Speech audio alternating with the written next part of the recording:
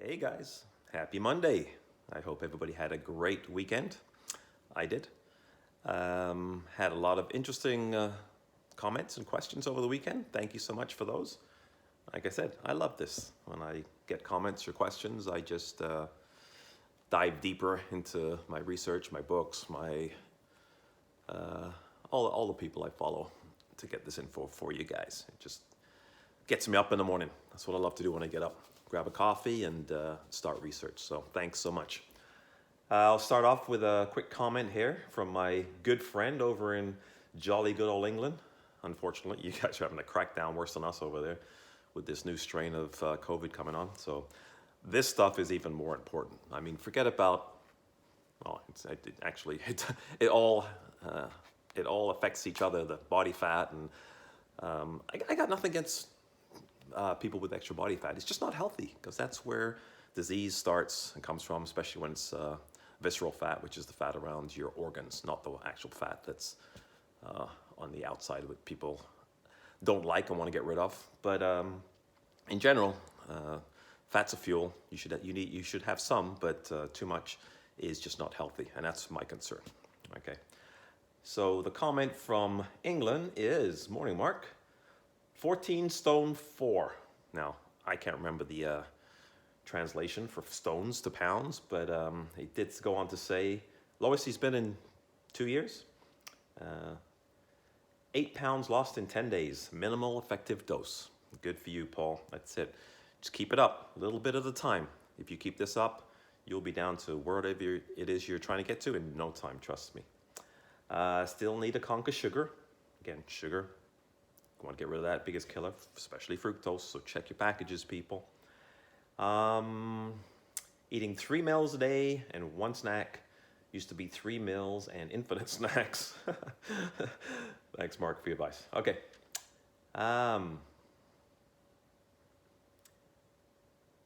That's excellent. It's great news. I mean, that's what I'm here for. That's what I like to see, is if I can help one person. Like, I don't have to be a guru or have a million followers. I really don't care, likes and all that. I said in the beginning, I like helping people. I've done this for a long time. I love doing what I do. I've done a lot of research on it.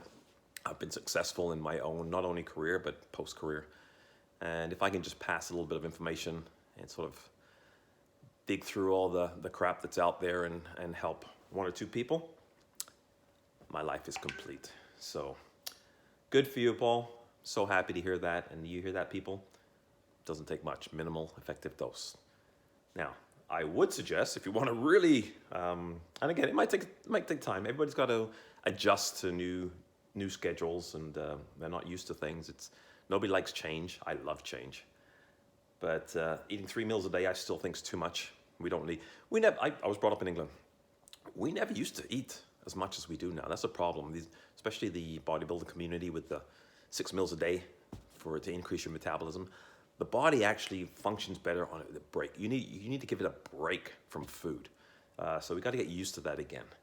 As far as snacks go, don't have any. Like, we never used to snack. We did have 3 meals a day. We'd have breakfast, lunch, and dinner when I was growing up in England as a kid. But there were no snacks. Sending your kids with snacks to school. Well, you can't go 3 hours without eating. I know, I'm not going to go there today. So you don't really need snacks if you're eating properly. The cravings will go. You cut out the sugars. There's little bad bacteria in your stomach that crave sugar. If you have more of those than the good ones, you're going to have more issues. So it takes time. It's not easy, and why should it be? Like, you don't see great athletes saying, "Oh, that was easy," or millionaires saying, "Oh, I got there. It was easy." No, it takes a little bit of work. Why shouldn't health be any different? It's not easy. You got to put a little bit of work into it, but it's not impossible either. It's not as hard as people think it is. It's simple. I always tell people, training, the plans that I use with my athletes, it's real simple and basic, but it's not easy. So there's no reason for it to be easy if you want success. So thanks for that, Paul. Appreciate the comments, and keep going. Everybody else out there, 10 pounds. 8 pounds in 10 days. So I know a lot of that is water weight. That's okay. Everything else will fall into place for you. What else do we have this weekend? I won't go too long. I've already gone too long on one comment. So let's just take one more. Here we go. Natalie. Thanks for chiming in, Natalie. Really appreciate it. Would love to learn more about sprints. Can you do them on a treadmill? No. I hate a treadmill. Treadmill is biomechanically incorrect. It's the worst ever fitness piece of equipment developed. Okay, if you want real success, stay off a treadmill. I see people pounding on that for hours on end, and I don't see any change. Plus, they're just in the long run, they're doing a big disservice to themselves and their anatomical function. So I used to work in sports medicine, and we used to put electrodes on people and watch what happens when you run on a treadmill. Basically, it causes back and knee problems. Because what it does is, if you think about it, let's get back to common sense. When we walk, we put our foot down on the ground, and we basically pull our body over our foot, and that's how we developed. So we develop these things called glute muscles, or your butt. As you go on a treadmill, basically all you're doing is you're lifting your foot up. The treadmill comes, you put your foot down, the treadmill moves your foot, so you're not using any glutes whatsoever. Glutes are a big muscle, powerful muscle. And when they get shut off, the pressure goes to your back, which has effect on your knees as well. So I've seen so many back and knee issues, and I'm like, I can almost every time say, use a treadmill, don't you? So even though you have the right concept, the right idea, and I think, I might be a little biased, sprinting is the best exercise anyone can do. Every single muscle in the body is fired when you sprint. And I don't mean run, I don't mean jog, it's sprint. I know a lot of people have issues with sprinting because they have knee problems or whatever. And you know what? That's your own fault for jogging all these years. So sorry, I can't help you there. You can fix it by doing exercises like body weight squats. And we're going to move that into doing plyometrics at home. No equipment, no gym. And gradually, so nobody gets hurt. But sprinting is the best exercise for fat burning, for muscle tone definition, muscle building. You ever seen a fat sprinter out there? Not a good one. You ever seen a sprinter that's not ripped? Not many. So that is the one exercise that anybody can do. So at their own, I'm not asking you to be Usain Bolt or anything.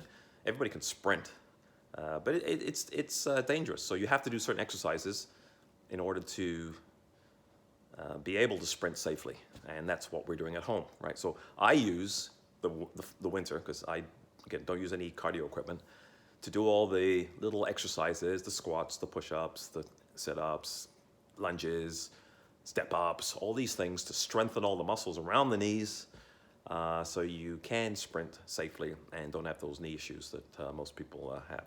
So use this time that we have to strengthen yourself so that you can get out, and I'll be showing you safe ways to sprint come the spring.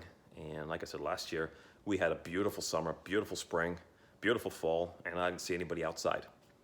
So COVID could be a good thing for people because there are no gyms available.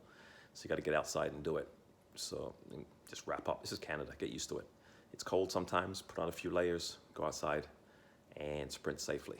And I'll show you how to do that. See you tomorrow.